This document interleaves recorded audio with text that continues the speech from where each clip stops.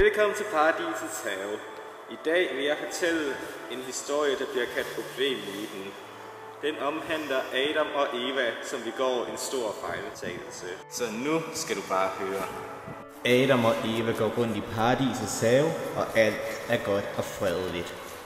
Slangen snor sig i kundskabens træ og ser Eva og kalder hende hen til sig. Hej, sagde Eva. Hej.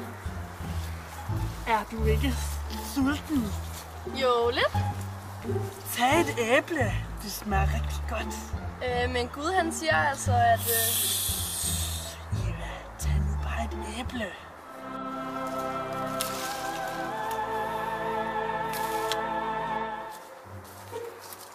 Hey Adam!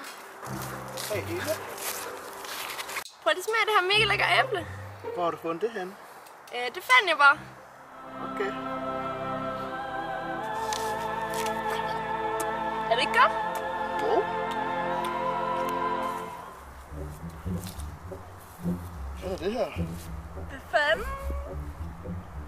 Vi er jo jo nøgne! nøgne!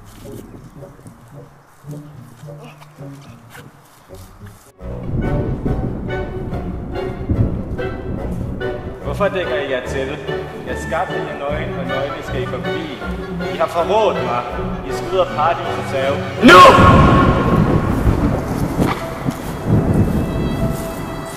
Adam og Evas konsekvenser for deres handling er, at Eva nu skal føde børn i smerte, og Adam skal herske over hende. Adam skal have besvær med at finde mad, og også slangen skal have konsekvenser. Den skal nemlig kravle på sin bug og spise støv.